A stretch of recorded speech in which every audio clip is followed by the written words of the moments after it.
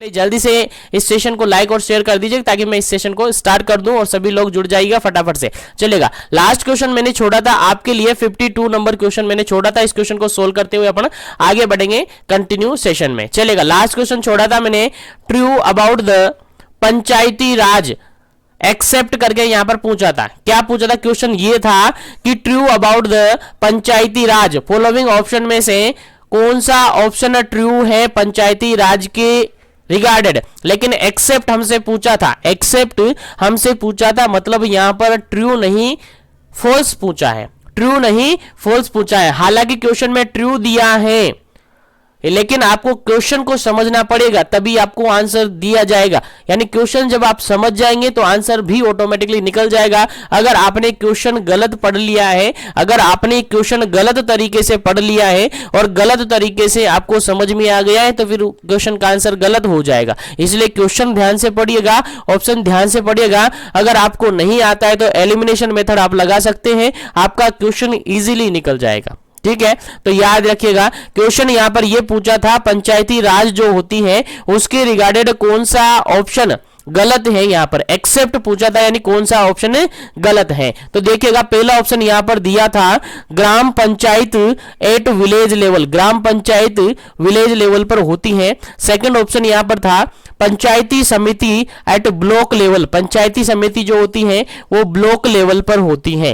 Third option यहां पर यह था जिला परिषद एट डिस्ट्रिक्ट लेवल, जिला परिषद डिस्ट्रिक्ट लेवल पर होता है। और फोर्थ ऑप्शन था यहां पर 4 टायर सिस्टम, जो पंचायती राज सिस्टम है वो 4 टायर सिस्टम है। ऑप्शन इस तरीके से थे, आंसर आपको देना था। आपके आंसर बिल्कुल काफी हद तक सही थे। इस क्वेश्चन का जो बिल्कुल राइट आंसर था, इस क्वेश्चन का बिल्कुल राइट आंसर है आपका option number 4, option number D बिल्कुल करेक्ट आंसर है। क्योंकि ये ऑप्शन आपका गलत है, क्योंकि ये ऑप्शन आपका गलत है। क्यों है? क्योंकि यहां पर जो पंचायती राज सिस्टम है वो 4 टायर सिस्टम नहीं है। ये क्या है? 4 टायर सिस्टम नहीं है, ये 3 टायर सिस्टम होता है। पंचायती राज जो सिस्टम, पंचायती राज सिस्टम है वो 4 टायर सिस्टम नहीं है। ये ऑप्शन बिल्कुल गलत है और आपका बिल्कुल राइट आंसर भी यही है, ऑप्शन नंबर डी बिल्कुल सही आंसर है। ठीक है, क्योंकि पंचायती राज जो है वो 3 टायर सिस्टम है, जिसके अंदर आपकी ग्राम पंचायत आती है, जिसके अंदर आपकी पंचायत समिति आती है, जिसके अंदर आपका जिला परिषद आता है। तीनों ऑप्शन बिल्कुल सही है।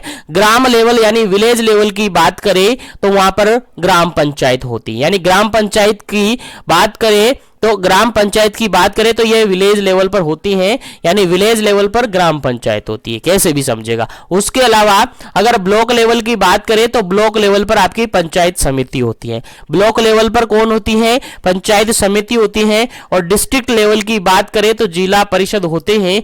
तीनों ऑप्शन यहां बिल्कुल करेक्ट है, फोर्थ ऑप्शन गलत था। 3 टायर सिस्टम होना चाहिए जबकि ऑप्शन में 4 टायर सिस्टम है, इसलिए इस ऑप्शन का, इस क्वेश्चन का बिल्कुल राइट आंसर होता है आपका ऑप्शन नंबर डी बिल्कुल राइट आंसर है, 4 टायर सिस्टम। चलेगा, यहां पर आपको इनका हेड ऑफिस भी बता देता हूं मैं, ये भी आपसे एग्जाम में पूछा जा सकता है।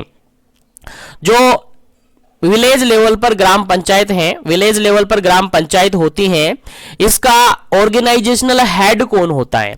इनका ऑर्गेनाइजेशनल हेड कौन होता है ये आपसे पूछा जा सकता है। ऑर्गेनाइजेशनल हेड कौन होता है? तीनों का आपको याद होना चाहिए, तीनों का ऑर्गेनाइजेशनल हेड कौन होता है।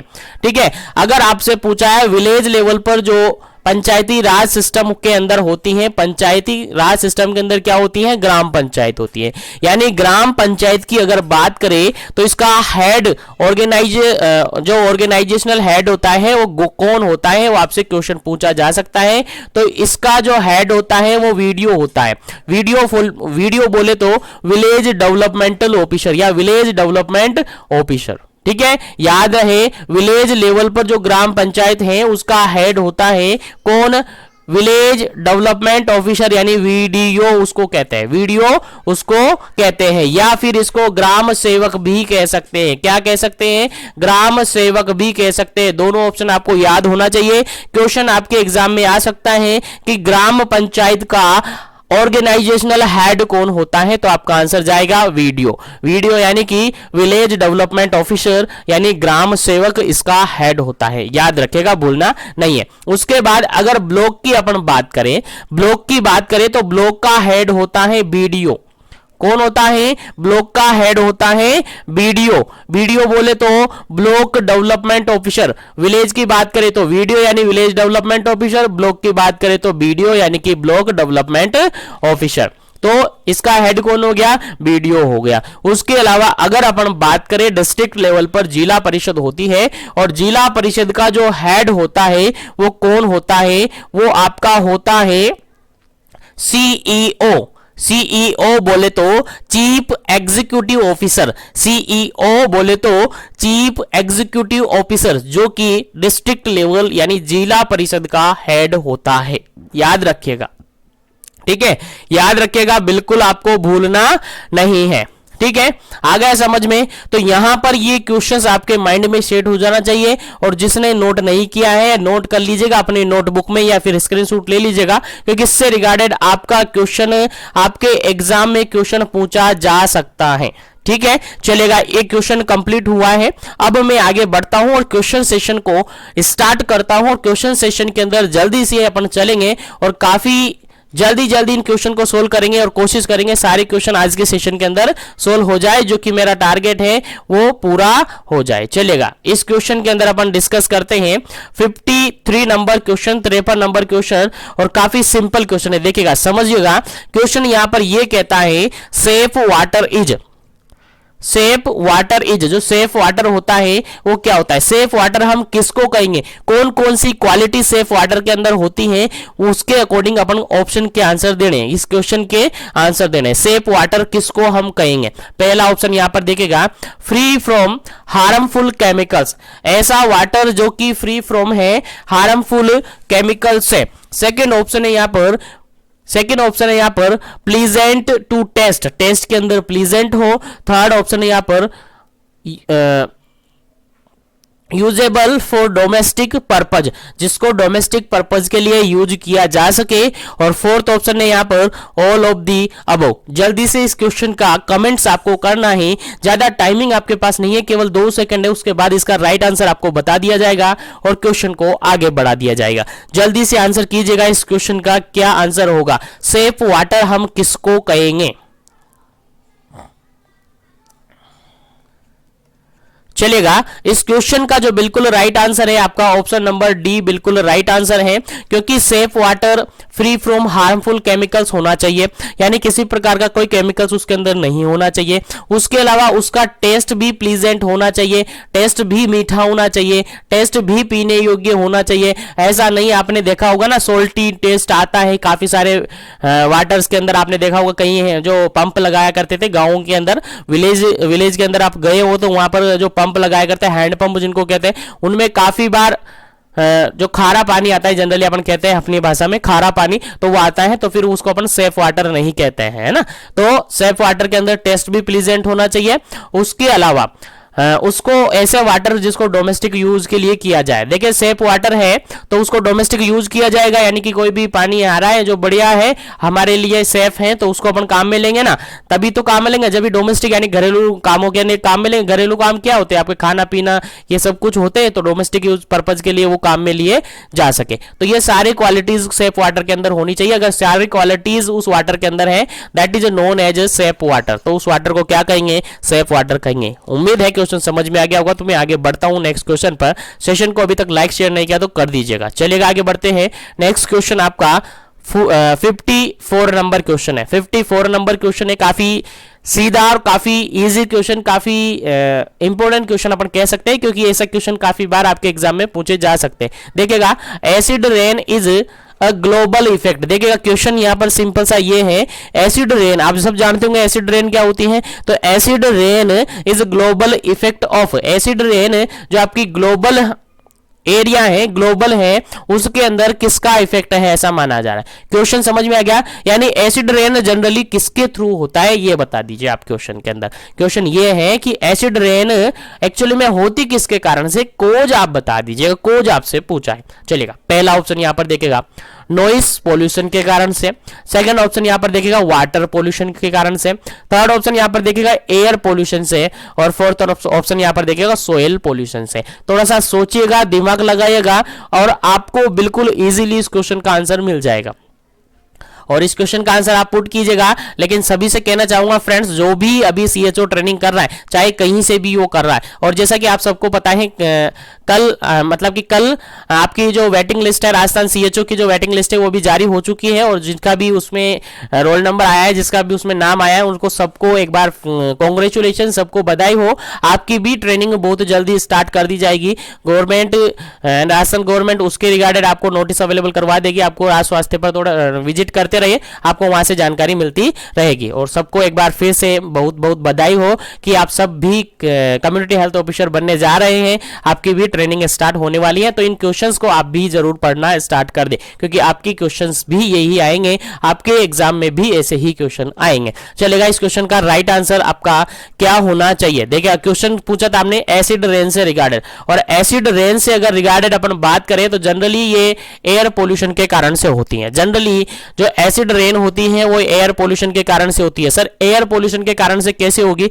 जरा थोड़ा सा एक बार बता दीजिएगा, समझा दीजिएगा, ताकि हमें समझ में आ जाए। देखिएगा, मैं समझाने की पूरी कोशिश करूंगा एसिड रेन होता क्या है, और यहां से ये मान के चलिए अगर इससे रिगार्डेड क्वेश्चन आया तो 100% आप सही कर पाएंगे। लेकिन समझने की आपको कोशिश करनी पड़ेगी, क्योंकि मैं जितना एफर्ट लगा रहा हूं, मैं मेरा 100% आपको दे रहा हूं। आपको जितना लेना है वो आपके ऊपर है, आपको 100% लेना है, 50% लेना है, कितना भी वो आपके ऊपर है। लेकिन मैं खुद कोशिश करूंगा कि मेरा 100% में आपको दूं। चलेगा, एसिड रेन की अपन बात करते हैं तो जनरली एक छोटा सा एग्जांपल अपन मान के चलेगा। यहां पर आपकी कोई फैक्ट्रीज है, माइंस है, यहां पर कोई फैक्ट्रीज है, इसमें धुआं निकलता है, आप सबको पता है धुआं निकलता है, ठीक है। यहां पर ये आपका मार्केट है, यहां पर ये रोड है। अब रोड है तो यहां पर ये व्हीकल्स भी होंगे, रोड ट्रैफिक भी होंगे, तो यहां पर क्या निकलेगा? यहां से तो धुआं निकल रहा है। आपका क्या निकल रहा है? धुआं निकल रहा है। यहां से जो ये व्हीकल्स है, पेट्रोल डीजल जिससे भी ये चलती है, इससे भी क्या निकलता है? पोल्यूटेड एयर निकलती है, वो भी अपन कह सकते हैं कि धुआं निकलता है। उसके अलावा जैसे कि यहाँ पर डोमेस्टिक पर्पज यानी कि जैसे कि गांव है, अब गांव में तो यहाँ पर चूल्हा भी जलता है, क्या जलता है? चूल्हा जलता है। तो चूल्हा जलता है तो उसमें से भी धुआं निकलता है, यहां भी धुआं है। उसके अलावा मान के चलिए यहाँ पर कुछ डस्टबिन है, तो यहाँ पर काफी सारा डस्ट हो गया है, किसी ने अगर उसको जला दिया है तो जलाने से भी यहाँ पर क्या निकला? धुआं निकला। यानी यहां से भी धुआं निकला, यहां से धुआं निकला, यहां से भी धुआं निकला, यहां से भी धुआं निकला। निकली क्या है यार? निकली यही है, एयर निकली है। क्या निकली है? एयर निकली है। सर, एयर निकलने से एसिड रेन कैसे होगा? एक बार फिर से समझा दिया, हमें समझ में नहीं आया तो मैं समझा रहा हूं, थोड़ा सा सस्पेंस रखिएगा, आपको समझ में आएगा, ठीक है। तो यहां पर ये धुआं है, यहां पर धुआं है, यहां पर धुआं है, यहां पर धुआं है। उसके अलावा मान के चलेगा, मैं यहां छोटा सा एग्जांपल देता हूं। यहां पर कोई पौंड है, पौंड मतलब एक तरीके से तालाब है, कोई पानी का सोर्स है, यहां पर नदी मान के चलेगा, पानी का सोर्स यहां पर है। अब पानी का सोर्स है तो आप सबको पता है कि जैसे दिन का टाइमिंग होता है जनरली गर्मियों के टाइमिंग में, और सर्दियों के टाइमिंग में भी होता है, ऐसा नहीं है कि सर्दी में नहीं होता, लेकिन बेसिकली गर्मी की अपन बात करें तो गर्मी में जो यहां पर जो एयर होती है, पानी होता है, पानी से क्या होता है? वेपर बनती है। क्या बनती है? वेपर बनती है, यानी वाष्प बनती है। तो पानी ऊपर छोटी छोटी ड्रॉप के रूप में ऊपर एयर के कांटेक्ट में आता है, यानी ऊपर की तरफ जाता है, एनवायरनमेंट में जाता है। उसके अलावा प्लांट्स वगैरह है, अपने जो एनिमल्स होते हैं उनके भी पसीना वगैरह आता है, यानी वो भी वेपर्स बनती है, तो वेपर्स के रूप में चलती है, ठीक है। वेपर्स के रूप में छोटी छोटी ये ड्रॉप है जो कि एनवायरनमेंट में आ जाती है। कहां से? यहां पर दो तरीके की क्रिया होती है, वाष्पीकरण और वाष्पोत्सर्जन। आप सब जानते होंगे, फोटोसिंथेसिस वगैरह जब आप जानते होंगे, ठीक है ना। तो यहां से ये ड्रॉप, वाटर की ड्रॉप आ गई। उसके अलावा यहां पर एयर आ गई, एयर मतलब धुआं यहां पर है, ठीक है, समझ में आ रहा है ना। उसके अलावा एनवायरनमेंट में कभी आंधी आती है, कभी तूफान आते हैं, तो उससे जो छोटे छोटे बारीक बारीक से कण है, किसके कण है? बारीक बारीक से कण, वो आप सबको याद होना चाहिए। बारीक बारीक से धूल मिट्टी के जो डस्ट है, डस्ट पार्टिकल है, वो भी एनवायरनमेंट में होते हैं। और यहां से स्पेशली जो धुआं वगैरह निकलता है, उनके अंदर जनरली इनमें कौन सी गैसेज होती है? जनरली इनके अंदर गैसेज होती है SO2, सल्फर डाइऑक्साइड, उसके अलावा NO, नाइट्रोजन मोनोऑक्साइड, उसके अलावा NO2, नाइट्रोजन क्या है, नाइट्रोजन डाइऑक्साइड। ऐसी जो खतरनाक हार्मफुल गैसेज होती है वो होती है किसके अंदर, जो धुआं निकलता है ना उनके अंदर ये होती है, ठीक है, तो उनके अंदर ये होती है। अब देखिएगा यहां पर मिक्सचर बनेगा, देखिएगा यहां पर मिक्सचर बनेगा, समझने की कोशिश कीजिएगा, अगर समझ में आ गया ना तो इससे रिगार्डेड कोई भी क्वेश्चन आपका गलत नहीं होगा, ठीक है। तो यहां से देखिएगा, यहां से धुएं से क्या निकली, गैसेज निकली, यहां से डस्ट पार्टिकल है, यहां से वाटर निकला, वाटर क्या, H2O, वाटर क्या, H2O, ये सारे मिलकर ऊपर जाएंगे, ऊपर मतलब कि एनवायरनमेंट में ऊपर जाएंगे। अब जैसे ही ऊपर जाएंगे तो ये धीरे धीरे धीरे धीरे क्या होने लगेंगे, इनके अंदर एक तरीके से ये आपस में ऐड होने लगेंगे, ऐड होने लगेंगे। बादल कैसे बनते हैं ये तो आपको पता है ना, क्लाउड का फॉर्मेशन कैसे होता है ये तो आपको पता है ना, बिल्कुल ये सब ऊपर जाकर एक दूसरे से मिलेंगे। मिलने से क्या होगा, देखेगा यहां से वाटर आया, डस्ट वगैरह सब आ गई, वाटर आया, वाटर क्या होता है सर, H2O होता है सर। एक बार समझने की कोशिश कीजिएगा, पूरी मैं समझाने की पूरी कोशिश करूंगा, जस्ट अ मिनट, समझाने की मैं पूरी कोशिश करूंगा। देखिएगा यहां से धुआं आया था, धुएं के अंदर कौन कौन सी गैसेज मैंने बताई, नाइट्रोजन डाइऑक्साइड, नाइट्रोजन मोनोऑक्साइड और सल्फर डाइऑक्साइड, जनरली ये गैसेज होती है। यहां से पौंड के अंदर से वाष्प हुआ यानी कि यहां पर वेपर फॉर्म में वेपर हुआ, और वेपर कैसा होता है, H2O जनरली अपन कहते हैं, यानी पानी है।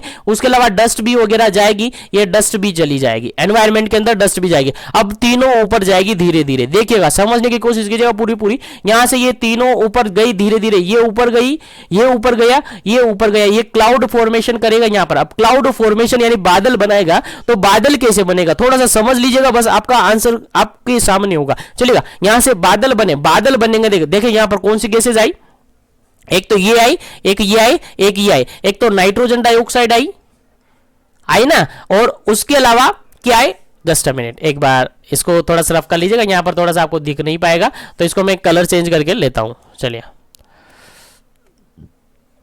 चलिएगा एक बार देख लीजिएगा, समझ में आएगा बिल्कुल। यहां पर से कौन सी गैस आई, एक तो आई H2O आया आपके पास, पानी आया ना, पानी यानी कि जल आया, जल आने के बाद डस्ट भी उसमें मिक्सर होगी, डस्ट का ज्यादा पार्टिकल्स यहां पर नहीं क्योंकि ये क्लाउड फॉर्मेशन के लिए थोड़ा सा हेल्प करता है। उसके अलावा गैसेज यहां पर आए, एक गैस आई यहां पर कौन सी, SO2 सल्फर डाइऑक्साइड गैस आई। तो देखिएगा इन्होंने आपस में रिएक्ट किया। अब केमिकल्स देखिएगा, गैसेस आपस में रिएक्ट करेंगे तो कुछ ना कुछ केमिकल्स तो बनेगा, बिल्कुल केमिकल्स बनेगा। तो यहां पर जो केमिकल्स बनता है वो बनता है आपका H2SO4 बनता है। कौन सा केमिकल बनता है, H2SO4, जिसको सल्फ्यूरिक एसिड के नाम से जाना जाता है। बिल्कुल एसिड है, ये क्या है, एसिड है, सल्फ्यूरिक एसिड बनता है, बिल्कुल ये एसिड यहां पर बनता है। उसके अलावा नाइट्रोजन डाइऑक्साइड की बात करें, नाइट्रोजन डाइऑक्साइड अगर पानी के साथ, यहां पर जो पानी है उसके साथ मिल जाएगा, तो पानी के साथ जैसे ही मिलेगा तो ये HNO3 बनाता है, HNO3 बनाता है, जिसको जनरली अपन नाइट्रिक एसिड के नाम से जानते हैं।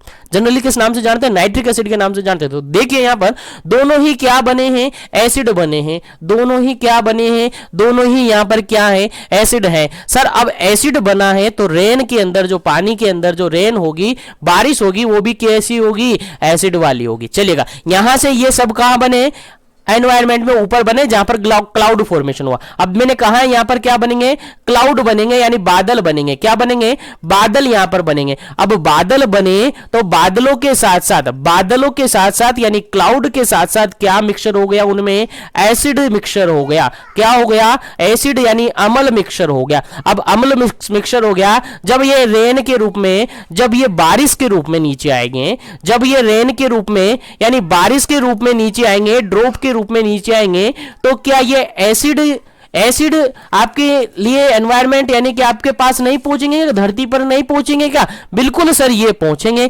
इसीलिए जो रेन हो रही है, जो बारिश हो रही है, उस बारिश को हम क्या कहते हैं, एसिड रेन कहते हैं। क्या कहते हैं, एसिड रेन कहते हैं। तो बताइए कि रीजन क्या रहा एसिड रेन होने का। सर बेसिक रीजन तो हमें पता है, बेसिक रीजन तो हमें पता है, क्योंकि देखिएगा बेसिक रीजन ये है आपका पोल्यूशन। बेसिक रीजन क्या है आपका, पोल्यूशन। पोल्यूशन किसके अंदर हुआ सर, एयर के अंदर पोल्यूशन हुआ। हाँ सर हमें समझ में आ गया, क्वेश्चन का लफड़ा क्या था। क्वेश्चन में पूछा था कि एसिड रेन ग्लोबली इफेक्ट के कारण से होती है। ग्लोबली इफेक्ट के अंदर बेसिकली एयर पोल्यूशन के कारण से होती है। किसके कारण से होती है, एयर पोल्यूशन के कारण से होती है, और कोई अदर फैक्टर यहां पर काम में नहीं करता। क्योंकि बादल बनेंगे तो वाटर तो जाएंगे, वाटर तो अगर ये नहीं गया तो एसिड रेन तो होगी नहीं, क्योंकि एयर नहीं जाएगी, ये एसिड रेन जो पोल्यूटेंट एयर नहीं जाएगी तो फिर एसिड तो बनेगा नहीं। अब एसिड बनेगा नहीं तो एसिड रेन होगी नहीं। बाकी रेन तो होगी, बारिश तो होगी, क्योंकि बादल से, क्योंकि पानी तो जाएगा, वाटर जाएगा, डस्ट भी जाएगा, तो क्लाउड फॉर्मेशन तो जनरली होगा ही होगा। अब पोल्यूशन है तो ये जाएंगे, अगर पोल्यूशन नहीं है तो ये नहीं जाएंगे, अगर नहीं जाएंगे तो एसिड रेन नहीं हो जाएगी। तो बेसिकली जो अपन जनरली मेरा समझाने का पर्पज ये है कि यहां पर जो एसिड रेन है वो किस कारण से हुई है। तो आपका आंसर जाएगा सर पोल्यूशन के कारण से। अगर पोल्यूशन के अंदर भी आपसे डिटेल से पूछा है तो कौन सा पोल्यूशन, आपका आंसर जाएगा सर एयर पोल्यूशन से, क्योंकि धुआं वगैरह निकलेगा पोल्यूशन से तो उनसे ही तो एयर जाएगी, उनसे ही तो यहां पर H2SO4 बनेगा, तभी बनाना बिल्कुल। तो आपका आंसर जाएगा कि सर एयर पोल्यूशन के कारण से एसिड रेन होती है। अगर आपसे क्वेश्चन पूछा जाए कि एसिड रेन को करने के लिए कौन सा केमिकल रेस्पॉन्सिबल है, कौन सा केमिकल रेस्पॉन्सिबल है, आपका आंसर जाएगा बेसिकली, आपका आंसर जाएगा सल्फ्यूरिक एसिड। बेसिकली आपका आंसर जाएगा सल्फ्यूरिक एसिड। याद रखिएगा, अगर क्वेश्चन आपसे पूछ लिया जाए तो आपका आंसर यही होगा, सल्फ्यूरिक एसिड यानी H2SO4, जिसको अम्लों का राजा यानी एसिड किंग कहते हैं। याद रखिएगा, किंग ऑफ एसिड इसको कहा जाता है, भूलना नहीं है, बिल्कुल ही काफी इजी क्वेश्चन है। उसके अलावा अगर ये ऑप्शन में नहीं है तो फिर आप नाइट्रिक एसिड को आंसर मान सकते हैं। ठीक है, तो आई थिंक एसिड रेन के रिगार्डेड जो भी कॉन्सेप्ट है वो आपके माइंड में कवर हो गए होंगे, आपको समझ में आ गए होंगे और ये आपको याद रहेंगे। तो एसिड रेन से रिगार्डेड अगर क्वेश्चन आता है तो पोल्यूशन कौन सा, आपका एयर पोल्यूशन बिल्कुल करेक्ट आंसर आपका होगा। उम्मीद करता हूं क्वेश्चन काफी अच्छी तरीके से आपको समझ में आ गया होगा। तो मैं आगे बढ़ता हूं, क्योंकि इस क्वेश्चन में अपन ने ज्यादा टाइम वेस्ट कर दिया, तो आप बोर नहीं होएगा, क्योंकि जो बताया गया है वो आपके लिए ही बताया गया है, आपके पॉइंट ऑफ व्यू, आपके एग्जाम पॉइंट ऑफ व्यू से इंपॉर्टेंट है, इसीलिए बताया गया, ताकि आप बिल्कुल कंफ्यूजन ना हो। चलिएगा नेक्स्ट क्वेश्चन अपन बात करते हैं। 55 नंबर क्वेश्चन है और क्वेश्चन यहां पर यह पूछा है ग्लोबल वार्मिंग कोजेज। देखिएगा क्वेश्चन सिंपल सा ये है, ग्लोबल वार्मिंग कोजेज, जो ग्लोबल वार्मिंग है यानी वैश्विक उष्णता जिसको अपन हिंदी में कहते हैं, वैश्विक उष्णता यानी कि जो टेम्परेचर बढ़ रहा है आपकी धरातल का, आपकी पृथ्वी का, आपके अर्थ पर जहां पर आप रह रहे हैं वहां का जो टेम्परेचर चेंजेज हो रहा है, क्लाइमेट चेंजेज हो रहा है, जो सीजन आपके चेंजेज हो रहे हैं, सीजन के अंदर काफी कुछ चेंजेस देखने को मिल रहा होगा अभी भी आपको। सर्दी के अंदर बारिश हो रही है, बारिश के अंदर बारिश नहीं हो रही है, गर्मी के अंदर सर्दी पड़ रही है, ऐसा कुछ चेंजेस आ रहा है ना, बिल्कुल क्लाइमेट चेंजेस हो रहे हैं। सीजन, जो सीजन है बिल्कुल एग्जैक्ट पहले टाइमिंग से पता चल जाता था, हाँ इस महीने से इस डेट से आपका ये सीजन स्टार्ट है। अभी भी ऐसा एस्पेक्ट करती हैं, लेकिन ऐसा एक्चुअली में होता नहीं है, क्योंकि क्लाइमेट के अंदर काफी कुछ डिस्टर्बेंस हो गया है, पोल्यूशन हो गया है। ठीक है, तो ग्लोबल वार्मिंग के कारण से ये सब कुछ होता है। तो क्वेश्चन यहां पर ये पूछा है कि ग्लोबल वार्मिंग के कारण क्या होते हैं। चलिएगा आंसर आपको बताना है। पहला ऑप्शन यहां पर देखिएगा, पहला ऑप्शन है increase dryness of climate. Climate के अंदर जो आपके वातावरण है, आपके एनवायरमेंट के अंदर क्लाइमेट जो है वो ड्राई हो गया है। कैसा हो गया है? ड्राई हो गया है, इनके आसपास की एयर वगैरह के अंदर काफी कुछ चेंजेस देखने को मिला है। उसके अलावा reduce food production, food production भी रिडक्शन हो गया है, फूड प्रोडक्शन भी क्या हो गया है? रिड्यूस हो गया है। उसके अलावा सी ऑप्शन है इंक्रीज सी लेवल रिजल्टिंग फ्लोड। फ्लोड जानते हो ना, बाढ़ वगैरह जो होती है ना उसके, यानी कि इंक्रीज सी लेवल रिजल्टिंग फ्लोड, बाढ़ वगैरह के कारण से जो सी लेवल है वो भी बढ़ गया है। All of the above, D option है यहाँ पर, ऑल ऑफ दी अबव। तो यहाँ पर आपको आंसर लगाना है ग्लोबल वार्मिंग के कारण क्या है। जल्दी से आंसर दीजिएगा, क्या कारण है ग्लोबल वार्मिंग के। और आई थिंक जो मैं बता रहा हूं, जैसे मैं बता रहा हूं, आपको कोई भी नहीं बताएगा, कितना ही सर्च कर लीजिएगा, कहीं पर भी आप पढ़ लीजिएगा। ये मैं खुद पर अपने विश्वास, सेल्फ कॉन्फिडेंस से कह रहा हूं, बाकी आपको कितना लेना है वो आपके ऊपर है। मैं खुद का 100% आपको दूंगा। चलिएगा, इस क्वेश्चन का जो बिल्कुल राइट आंसर है, बिल्कुल राइट आंसर है ऑप्शन नंबर डी, बिल्कुल राइट आंसर है। क्योंकि यहां पर देखिएगा पहला ऑप्शन करेक्ट है, सेकंड ऑप्शन करेक्ट है, थर्ड ऑप्शन करेक्ट है, इसलिए आपका फोर्थ ऑप्शन भी करेक्ट है। आपका बिल्कुल राइट आंसर हो जाता है ऑप्शन नंबर डी। और मैं आपको बता दूं, जो क्वेश्चन, हालांकि क्वेश्चन आपको जाने पहचाने लग रहे हैं क्योंकि आपने पढ़ रखे हैं, क्योंकि काफी कुछ मैंने पढ़ा दिया था इतने टाइम से, 2-3 महीने से 4 महीने से करीब अपनी सेशन चल रहे हैं, आपको कंटिन्यूअसली पता होगा। चलिएगा, और जो क्वेश्चंस एक्स्ट्रा बनते हैं वो भी मैं बना रहा हूं आपके ब्लॉक वाइज, यूनिट वाइज, सब तरीके से कोशिश कर रहा हूं आपको पूरा सिलेबस मोल्डेड करके आपको दूं, पूरा सिलेबस मोल्डेड करके आपको दूं, ताकि एग्जाम में जो भी क्वेश्चन मिले ना आपको तुरंत याद आ जाए कि हाँ सर जीवन एजुकेशन की क्लास से हमने पढ़ा था, जीवन एजुकेशन ने हमें पढ़ाया था। बिल्कुल इसी तरीके की मैं क्वालिटी चाहता हूं, इसीलिए आपको सेशन में कंटिन्यूअसली बने रहना है, क्योंकि सेशन कंप्लीट देखेंगे तो ही आपको बेनिफिट होगा। एक क्वेश्चन देखा, दूसरे क्वेश्चन देखा, चले गए वापस आए, चले गए वापस आए, उससे काम नहीं चलेगा। अगर देखते हैं, अगर देख रहे हो एंट्री की तो पूरा देखे, पूरा समझे, तभी जाकर आपको बेनिफिट होगा। एक क्वेश्चन देखने के लिए अगर आप आ रहे हैं तो आप बिल्कुल अभी भी जा सकते हैं, आपको मैं नहीं रोकूंगा। चलिएगा नेक्स्ट क्वेश्चन आपके सामने है, और आप सबसे कह दूंगा जो भी कनेक्टेड है वो टेस्ट सीरीज जरूर ज्वाइन कर लीजिएगा, आपको काफी बेनिफिट होगा टेस्ट सीरीज, क्योंकि प्रैक्टिस मांगता है हर चीज। चलिएगा क्वेश्चन आपके सामने है, green belt is a remedy for, देखिएगा ग्रीन बेल्ट किससे रिगार्डेड है, क्वेश्चन समझ में आ गया, क्वेश्चन समझ में आ गया, किसके रिगार्डेड, रेमेडी मतलब जानते हो ना, रेमेडीज जो अपन करते हैं, ग्रीन बेल्ट किससे रिगार्डेड है। चलिएगा आंसर बताएगा ग्रीन बेल्ट किससे रिगार्डेड है। पहला ऑप्शन यहां पर देखेगा एयर पोल्यूशन से, सेकंड ऑप्शन यहां पर देखेगा वाटर पोल्यूशन से, थर्ड ऑप्शन यहां पर देखेगा सॉइल इरोजन से, और फोर्थ ऑप्शन यहां पर देखेगा नॉइस पोल्यूशन से। जल्दी से इसका आंसर दीजिएगा, ग्रीन बेल्ट किससे रिगार्डेड है। जल्दी से इस क्वेश्चन का आंसर कमेंट करना है, फिर अपन इस क्वेश्चन का आंसर आपको बताएंगे कि इस क्वेश्चन का आंसर क्या होगा। जल्दी कीजिएगा, क्या इस क्वेश्चन का आंसर होगा। 2 सेकंड आपके पास है, उसके बाद करेक्ट आंसर मैं आपको बता दूंगा क्या इसका सही आंसर होगा। चलिएगा इस क्वेश्चन का जो बिल्कुल राइट आंसर होगा आपका ऑप्शन नंबर ए बिल्कुल राइट आंसर होगा, एयर पोल्यूशन से रिगार्डेड।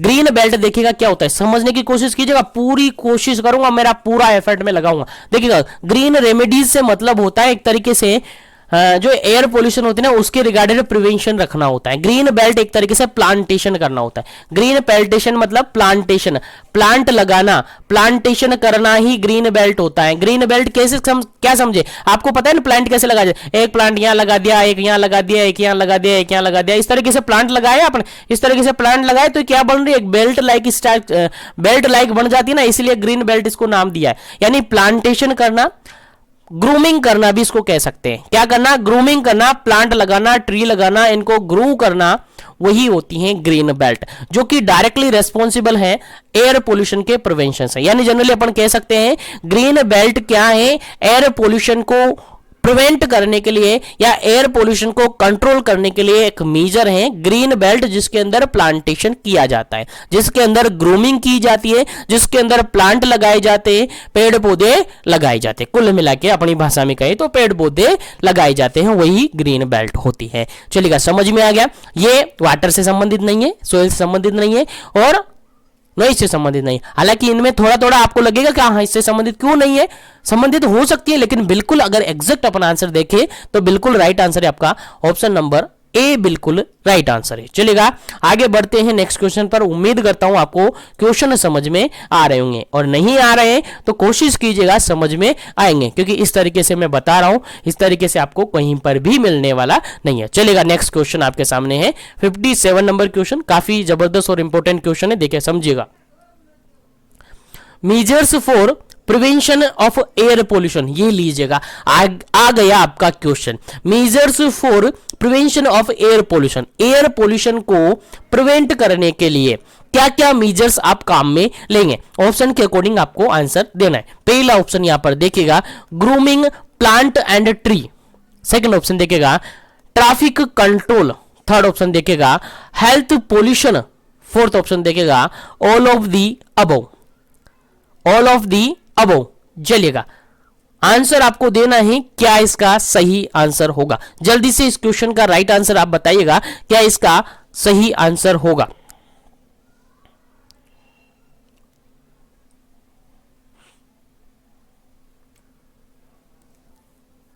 चलेगा इस क्वेश्चन का जो बिल्कुल राइट आंसर है ऑप्शन नंबर डी इसका राइट आंसर होगा, ऑप्शन नंबर डी इसका राइट आंसर होगा। लेकिन आपको थोड़ा सा कंफ्यूजन हो सकता है, क्योंकि सर ग्रूमिंग, बिल्कुल ग्रूमिंग हम करते हैं एयर पोल्यूशन को रोकने के लिए। अभी सर आपने बताया जो ग्रीन बेल्ट होती है वही ग्रूमिंग होती है, यानी प्लांटेशन करना, यानी प्लांट लगाना, ट्री लगाना, रोपना जिसको कहते हैं। उसके अलावा ट्रैफिक को कंट्रोल करेंगे, यानी व्हीकल्स वगैरह कम चलाएंगे तो एयर पोल्यूशन नहीं होगा। लेकिन हेल्थ पोल्यूशन करेंगे तो क्या एयर पोल्यूशन नहीं होगा? इससे क्या मतलब है सर? हेल्थ पोल्यूशन करने से नहीं, हेल्थ पोल्यूशन नहीं है, यहां पर थोड़ा सा मिस्टेक है, ऑप्शन के अकॉर्डिंग मिस्टेक है। यहां पर रिड्यूस हेल्थ पोल्यूशन अपन कह सकते हैं, रिड्यूस हेल्थ पोल्यूशन अपन कह सकते हैं। और ये क्वेश्चन आपके बीपीसीसीएचएन के अंदर रिपीट हुआ क्वेश्चन है और इसके अंदर बिल्कुल यही आंसर माना था, यही आंसर माना था, इसलिए याद रखिएगा। यहां पर जो सी ऑप्शन है उसके अंदर थोड़ा सा करेक्शन आप कर लीजिएगा। यहां पर रिड्यूस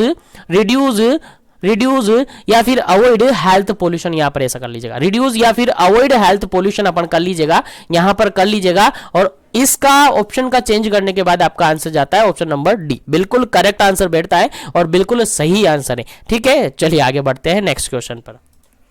चलेगा, नेक्स्ट क्वेश्चन है आपके सामने 58 नंबर क्वेश्चन और काफी सिंपल सा, काफी इजी सा क्वेश्चन है।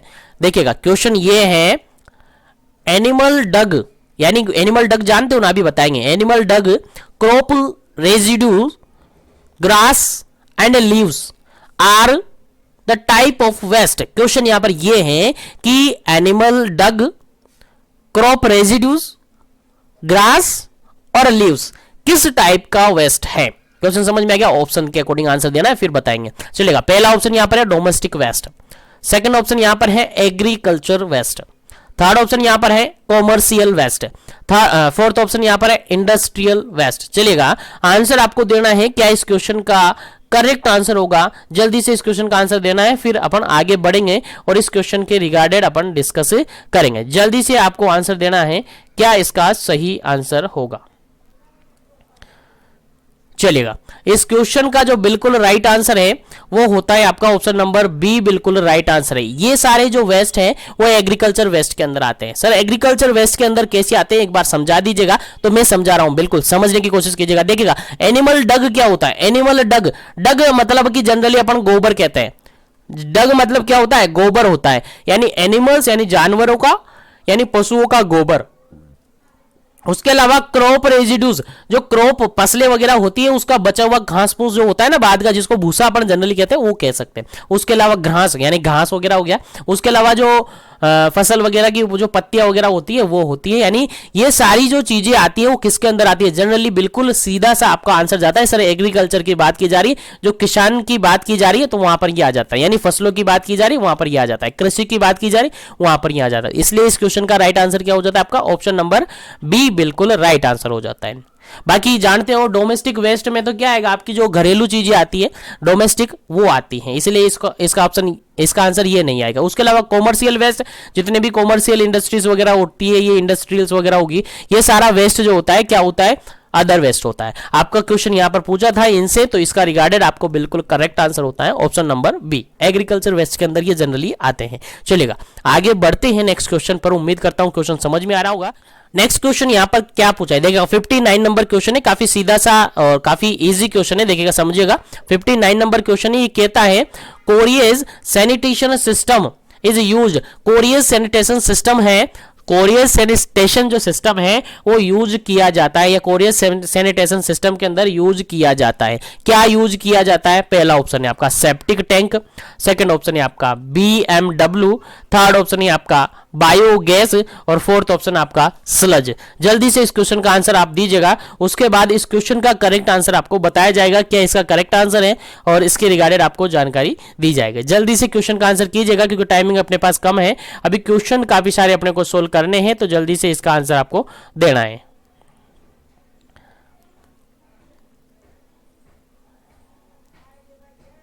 चलेगा, इस क्वेश्चन का अगर बिल्कुल राइट आंसर अपन देखें, कैरीज जो सैनिटेशन सिस्टम होता है वो उसके अंदर अपन जनरली क्या काम में लेते हैं, जनरली किसको रखा जाता है, जनरली किसको रखते हैं, तो आपका आंसर जाएगा बिल्कुल ए ऑप्शन पर, सेप्टिक टैंक से। जो सेप्टिक टैंक होते हैं, सेप्टिक टैंक जो होते हैं उनको कैरी सिस्टम के अंदर, यानी कैरीज सैनिटेशन सिस्टम के अंदर काम में लिए जाते हैं। याद रखिएगा, कैरीज सैनिटेशन सिस्टम की बात की जा रही है तो उसके अंदर डायरेक्टली आपका आंसर जाएगा सेप्टिक टैंक। चलेगा, आगे बढ़ते हैं नेक्स्ट क्वेश्चन पर। उम्मीद है क्वेश्चन समझ में आ रहे होंगे। तो नेक्स्ट क्वेश्चन आपके सामने है, क्वेश्चन काफी सिंपल सा है, इजी सा है। ठीक है, क्वेश्चन यहां पर है पीपीई स्टैंड फॉर, पीपीई का फुल फॉर्म आपसे पूछा है। आप सबने अभी काफी कुछ पीपीई देखी होगी, काफी कुछ सुना होगा इसके बारे में, तो इसका फुल फॉर्म आप बताइए, फिर इसके बारे में डिटेल से अपन थोड़ा सा चर्चा करेंगे। चलेगा, 60 नंबर क्वेश्चन का आंसर क्या होगा, जल्दी से आपको आंसर देना है। ऑप्शन रिपीट करता हूं, पहला ऑप्शन यहां पर देखिएगा, ए ऑप्शन यहां पर है patient protective equipment. Second option यहां पर देखिएगा professional program equipment. Third option यहां पर देखिएगा पर्सनल प्रोटेक्टिव इक्विपमेंट। और फोर्थ ऑप्शन यहां पर देखिएगा पर्सन प्रोटेक्शन इवेंट। चलेगा, क्या इसका करेक्ट आंसर होगा, आंसर आपको देना है। पीपीई स्टैंड फॉर, पीपीई से रिगार्डेड क्या है, क्वेश्चन समझ में आ रहा है, जल्दी से आंसर दीजिएगा ताकि ज्यादा से ज्यादा अपन क्वेश्चन कर पाए, जल्दी जल्दी अपन आगे बढ़ सके, क्योंकि क्वेश्चन अभी काफी सारे हैं, 100+ क्वेश्चन अपन सोल्व करेंगे। तो इस क्वेश्चन के अंदर जो बिल्कुल राइट आंसर होगा वो क्या होगा, बिल्कुल राइट आंसर होगा आपका ऑप्शन नंबर सी। जो पीपीई किट आपने सुना होगा, अभी कोविड-19 के अंदर पीपीई किट पहने जाते हैं ट्रीटमेंट के लिए, जो कोविड-19 के पेशेंट हैं उनको ट्रीटमेंट देने के लिए, उनकी केयर करने के लिए पीपीई किट कर पहन के जो हेल्थ केयर प्रोवाइडर है वो जाते हैं, वही है पीपीई किट। और आप हेल्थ केयर प्रोवाइडर हैं तो आपको सब कुछ अच्छी तरीके से पता होगा इस क्वेश्चन का आंसर। तो पीपीई क्या होता है, पर्सनल प्रोटेक्टिव इक्विपमेंट्स होते हैं। अब इसके अंदर क्या क्या आते हैं आप सबको पता होगा, नहीं पता तो इसको डिटेल से अपन डिस्कस करेंगे सेपरेट सेशन के अंदर। चलिएगा, आगे बढ़ते हैं नेक्स्ट क्वेश्चन पर। नेक्स्ट क्वेश्चन है आपके सामने 61 नंबर क्वेश्चन, 61 नंबर क्वेश्चन। यहाँ पर काफी सिंपल सा क्वेश्चन है, देखिएगा पर्सनल प्रोटेक्टिव इक्विपमेंट्स इंक्लूड सच आइटम, कौन कौन से आइटम पर्सनल प्रोटेक्टिव इक्विपमेंट्स के अंदर आते हैं, ऑप्शन के अकॉर्डिंग आंसर देना है। पहला ऑप्शन है आपका फुटवियर, सेकंड ऑप्शन है ग्लव्स, थर्ड ऑप्शन है आपका एप्रॉन्स, फोर्थ ऑप्शन है यहां पर ऑल ऑफ दी अबव। चलेगा, जल्दी से आंसर दीजिएगा, इस क्वेश्चन का राइट आंसर क्या होगा। 61 नंबर क्वेश्चन है, जो पीपी किट होता है यानी पर्सनल प्रोटेक्टिव इक्विपमेंट होता है, उसके अंदर कौन कौन से आइटम शामिल होते हैं।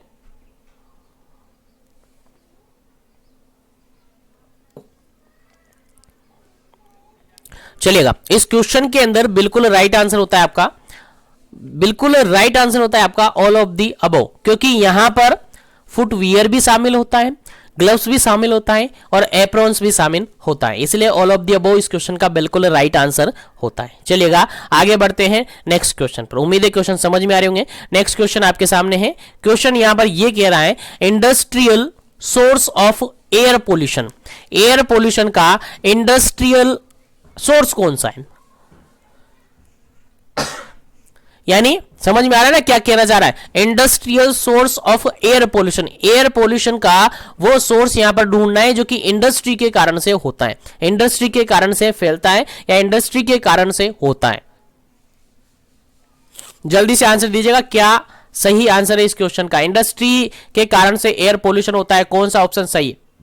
पहला ऑप्शन देखेगा, पहला option burning of kerosene oil, second option देखेगा मोटर व्हीकल्स, थर्ड ऑप्शन देखेगा एरोप्लेन्स और फोर्थ ऑप्शन देखेगा थर्मल पावर प्लांट। जल्दी से आंसर दीजिएगा, क्या कमेंट इसका क्या सही आंसर होगा, जल्दी से कमेंट कर दीजिएगा। उम्मीद है सबको समझ में आ गया है, तो जल्दी से इस क्वेश्चन का राइट आंसर आप दीजिएगा, फिर आगे बढ़ते हैं अपन नेक्स्ट क्वेश्चन पर।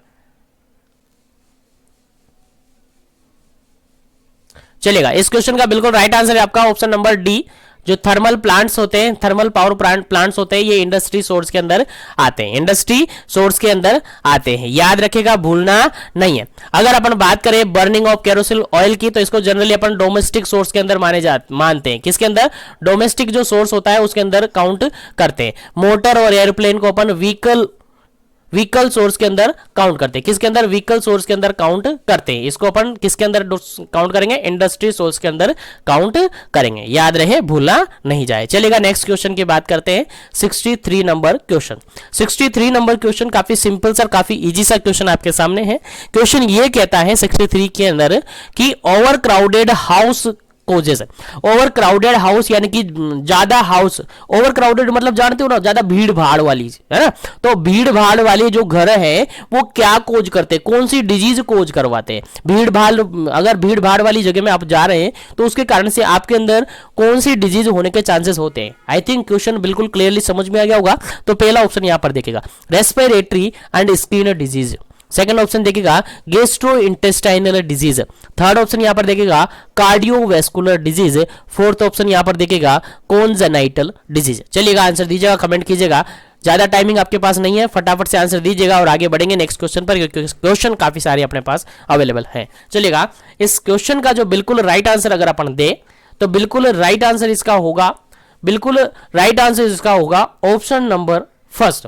ऑप्शन नंबर फर्स्ट बिल्कुल राइट आंसर होगा, रेस्पिरेटरी और स्किन डिजीज। क्योंकि ओवर क्राउडेड है तो ओवर क्राउडेड में जनरली जो ड्रॉपलेट इन्फेक्शन है, जो कि ड्रॉपलेट इन्फेक्शन है वो ज्यादा देखने को मिलते हैं, यानी कफिंग, स्नीजिंग के रिगार्डेड। और directly contact, skin to skin contact, direct contact के कारण से भी यहाँ पर डिजीज कंडीशन देखने को मिल सकती है। इसीलिए यहाँ पर ओवर क्राउडेड है, मतलब डायरेक्ट कॉन्टेक्ट के कारण से जो डिजीज कंडीशन होती है वो यहाँ पर आ जाती है। अगर यहाँ पर डिजीज के ऑप्शन भी होते तब भी आपको वो डिजीज चूज करनी होती है जो कि रेस्पिरेटरी और स्किन से रिगार्डेड डिजीज होगी। ठीक है, आई थिंक समझ में आ रहा होगा, आई थिंक समझ में आ रहा होगा। अगर मैं ऑप्शन दूं यहां पर, देखिएगा, अगर ऑप्शन में इस तरीके से दूं तो फिर क्या आप आंसर लगाएंगे? पहला ऑप्शन यहां पर मैंने दिया है, पहला ऑप्शन, जस्ट अ मिनट, इसको रफ कर देते हैं फिर आगे बात करते हैं। देखिएगा, पहला ऑप्शन मैंने यहां पर दिया है जिसके अंदर मैंने दिया है हाइपरटेंशन। सेकंड ऑप्शन मैंने दिया है यहां पर, सेकंड ऑप्शन मैंने यहां पर आपको दिया है टाइफॉइड। क्या दिया है? टाइफॉइड मैंने आपको आंसर दिया है। उसके अलावा थर्ड ऑप्शन देखिए, यहां पर मैंने दिया है टाइफॉइड के साथ मैंने यहां पर दिया है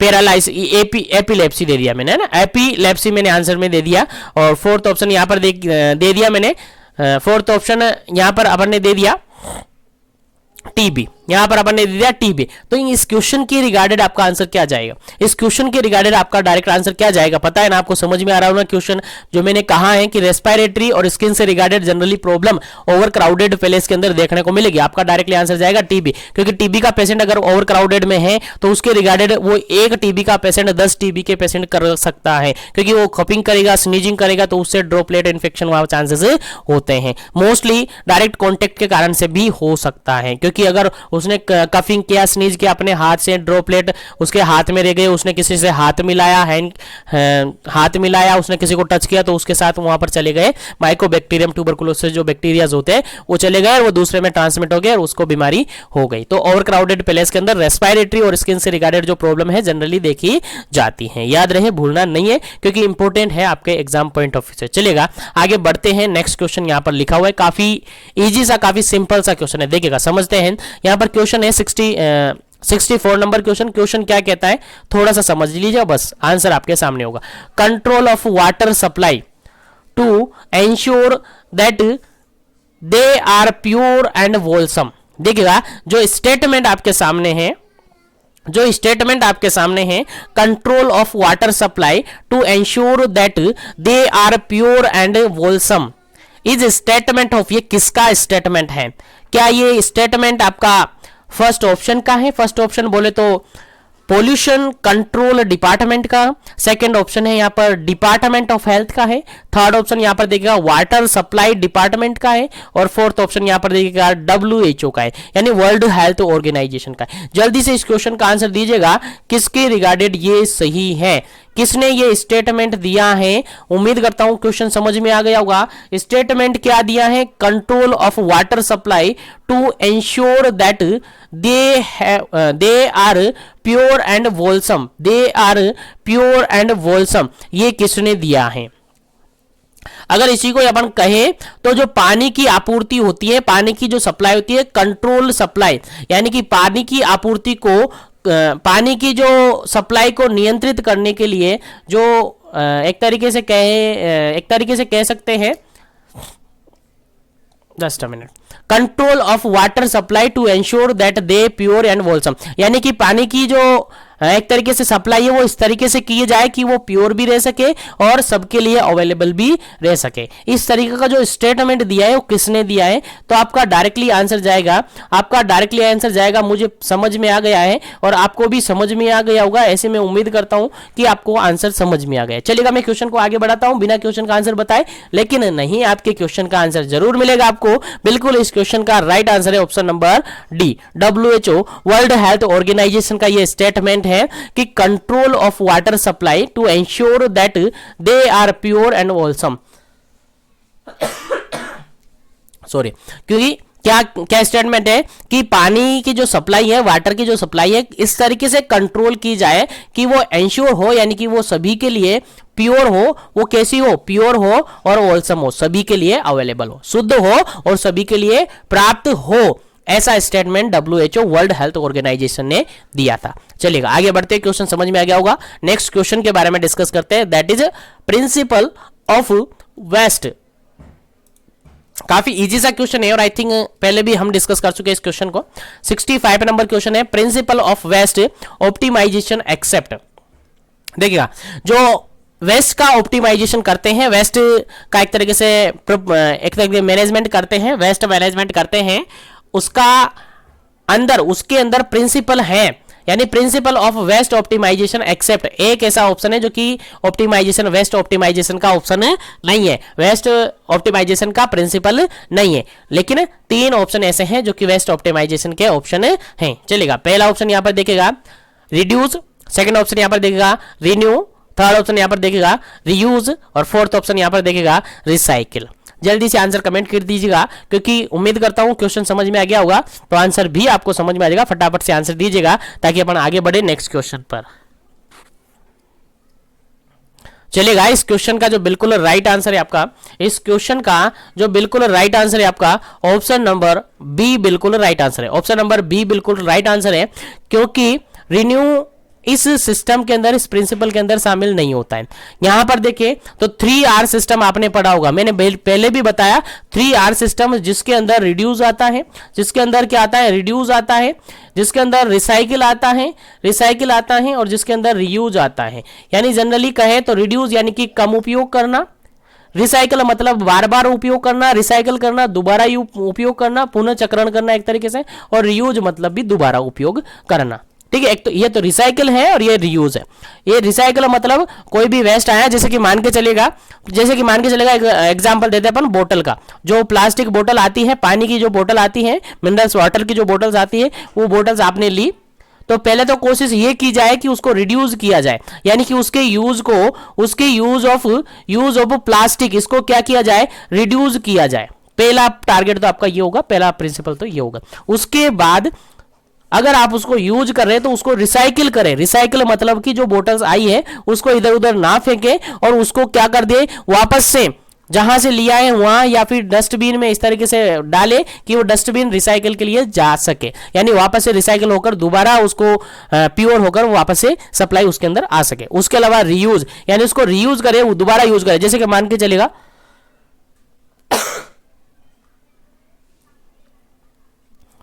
जैसे कि मान के चलेगा कि वो बोतल थी, वो आपने पी ली, पानी था उसके अंदर, जो पानी की बोतल आपने ली वो पानी आपने पी लिया, लेकिन उस बोतल को आपने फेंका नहीं है, और फेंका नहीं है उसके अंदर आपने डोमेस्टिक यूज के लिए उसको दोबारा काम में ले लिया। माने कि आपने उसमें मिल्क, दूध भर लिया, आपने उसके अंदर छाछ भर लिया, आपने उसके अंदर कुछ और चीजें घर में लाकर उसमें भर ली, यानी आपने यूज कर लिया। ठीक है, कोशिश तो ये करनी है पहले कि रिड्यूस किया जाए, अगर रिड्यूस नहीं हो पा रहा है तो फिर उसको रिसाइकिल किया जाए, रिसाइकिल नहीं हो रहा है तो रीयूज किया जाए। यानी ये तीनों ही प्रिंसिपल हैं आपके वेस्ट ऑप्टिमाइजेशन के, लेकिन रिन्यू ऑप्शन नहीं है, रिन्यू ऑप्शन नहीं है। बिल्कुल करेक्ट आंसर इस क्वेश्चन का हो जाता है ऑप्शन नंबर बी, क्योंकि ये इसका प्रिंसिपल नहीं है और हमें एक्सेप्ट ही निकालना था। उम्मीद करता हूं क्वेश्चन समझ में आ गया, आंसर भी आपको समझ में आ गया। तो मैं आगे बढ़ता हूं नेक्स्ट क्वेश्चन पर, लेकिन सेशन को लाइक नहीं किया तो लाइक करके शेयर कर दीजिएगा ताकि सभी क्वेश्चन और ये सेशन सब तक पहुंच सके और सभी इस क्वेश्चन को बेनिफिट ले सके, इन क्वेश्चन को याद रख सके, क्योंकि ये क्वेश्चन आपके एग्जाम पॉइंट ऑफ व्यू से काफी इंपॉर्टेंट है।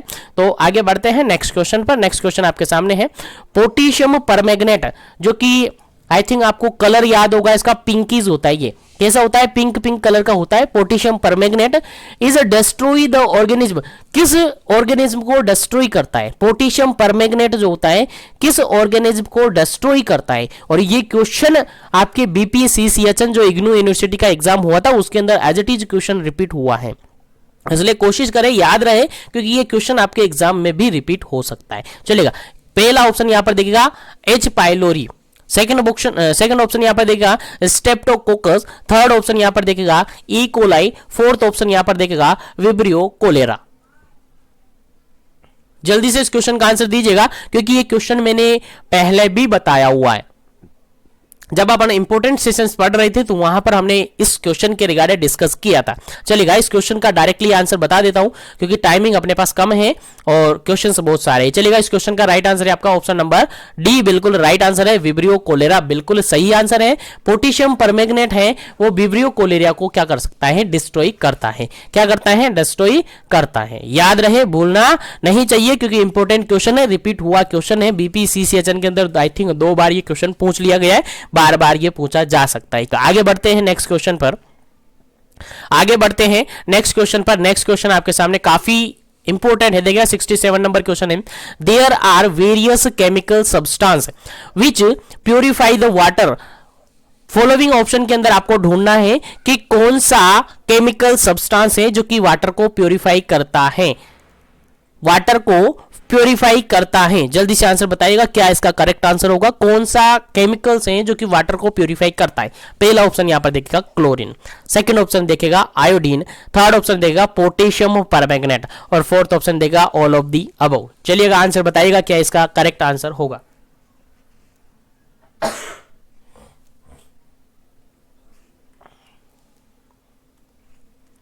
चलिएगा इस क्वेश्चन का जो बिल्कुल राइट आंसर है वो आपका होगा ऑप्शन नंबर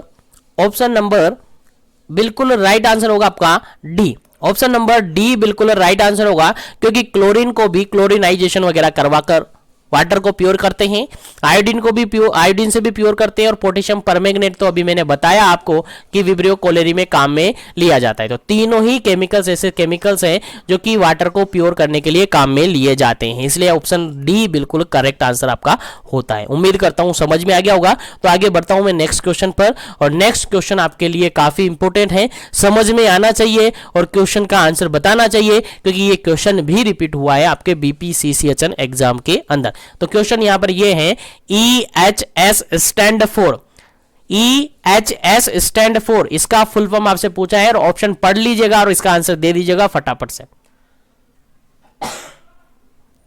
पहला ऑप्शन यहां पर है environmental health and sanitation, second option यहां पर है environmental health and section, third option यहां पर है environmental health and sector, fourth option है एनवायरमेंटल हेल्प एंड सेक्शन। जल्दी से इसका आंसर बताइए क्या इसका करेक्ट आंसर है।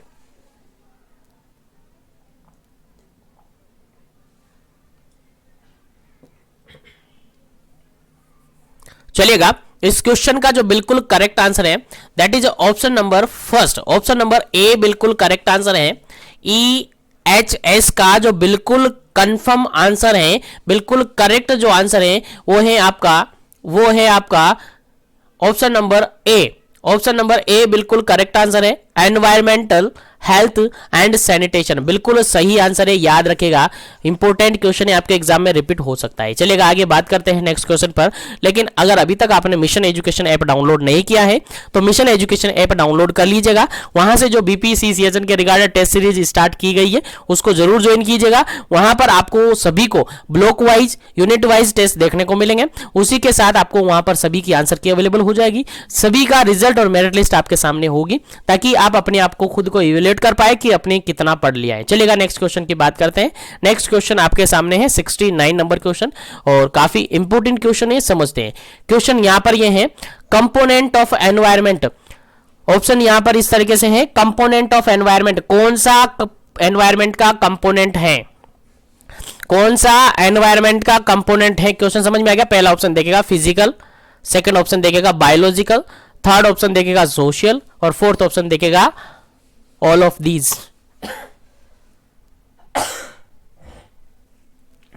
चलिएगा जल्दी से आंसर दीजिएगा क्या इसका सही आंसर होगा। चलिए इस क्वेश्चन का जो बिल्कुल करेक्ट आंसर है that is option number D बिल्कुल राइट आंसर है। यहां पर एनवायरमेंट की अगर बात करें तो उसका फिजिकल कंपोनेंट होता है, बायोलॉजिकल कंपोनेंट होता है और सोशल कंपोनेंट होता है। तीनों ही क्या है एनवायरमेंट के कंपोनेंट है, इसलिए आपका आंसर जाता है option number D. All of these बिल्कुल करेक्ट आंसर है।